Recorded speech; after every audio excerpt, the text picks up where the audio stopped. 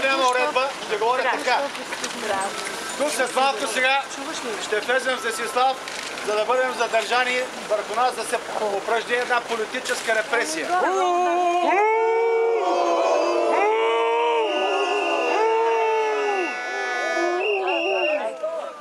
Съвсем ясно е, че главният прокурор иска ние да отсъстваме от политическата сцена. Искат да ни махнат от политическата сцена, но това няма да стане. Няма да могат! Никога! Никога! Никога! Мафия! Мафия! Мафия! Оставка! Оставка! Оставка! Оставка! Оставка! Оставка на американо-чифутската фашистка хунта! Нека да чуят какво ги чака, когато дойде деня на възмездието. Кой да иде? Нека да чуят тогава какво ги чака. Атака! Победа!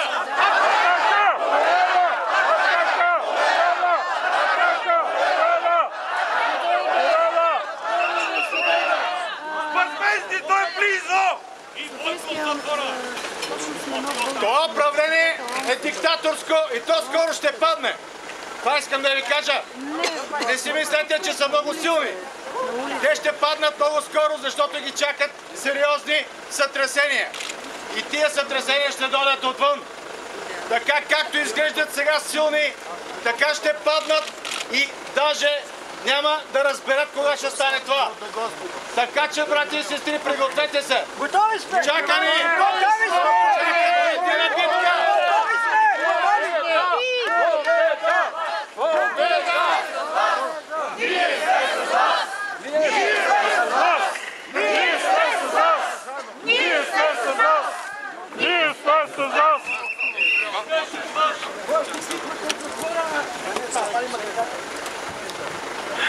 Скъпи брати и сестри, благодаря ви за подкрепата. Това е най-силното нещо. Те трябва да видят, че всички атакисти, всички честни патриоти в България в момента са с нас, с мен и Десислав, защото това е солидарност на българския патриотизъм.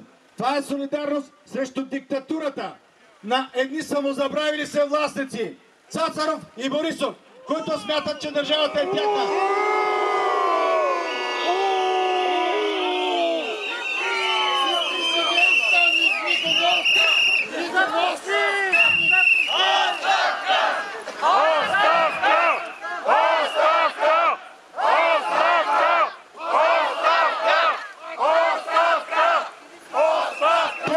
Че могат да правят каквото си искат.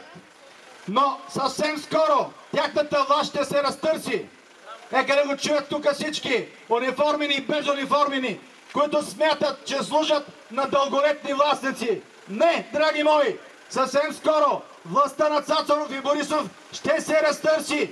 И това ще започне от днес, от този случай, когато решиха да не арестуват. Проклети да са! Проклети да са! Проклети да са!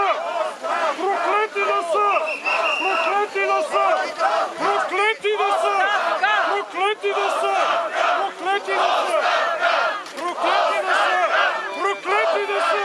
Проклети да са! Те и семействата им! Проклети да са!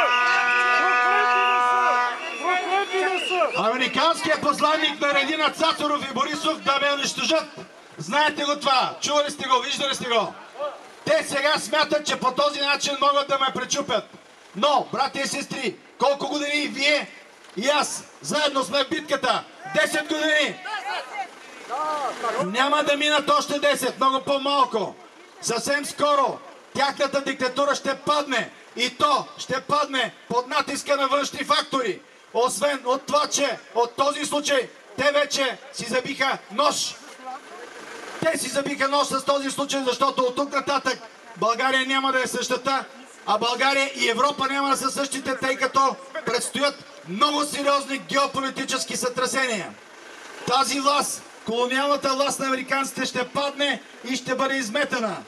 Българите ще бъдем принудени да се защитаваме срещу пришълците, с които не заливат. срещу всякакви фактори на колониализъм, с които ни заляха през тези години. Ние ще трябва да вземем нещата в собствени ръце, а те къде ще се крият, не знам, защото ще им се види тесен света.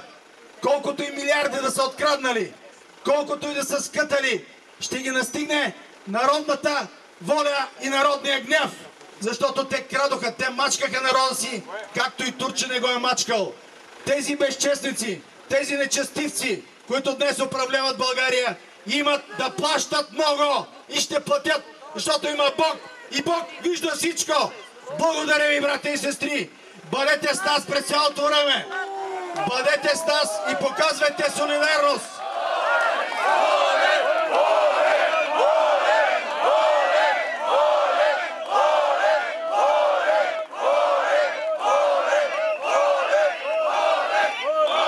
Покажете на тези слуги и марионетки тук, които мислят, че могат да се подиграват с българския национализъм. Покажете им какво значи български дух. Покажете им как един народ, който те смятат за смачкан, може да се изправи и да ги намачка тях. Покажете им, че сте по-силни от техните униформи, от оръжието и от властта, която си мислят, че имат. Но властта е една единствена. Властта е в ръцете на Господ и Той не я дава на безчестници и нечестивци. Така че, брати и сестри, вие сте по-силни от тези с униформите. Вие сте по-силни от прокурорите и следователите. Вие сте по-силни от премиерите и всички техни слуги, които смятат, че могат да мачкат безнаказано България. Да живее България! Да живее Атака! Без Атака днес България нямаше да е същата. Атака!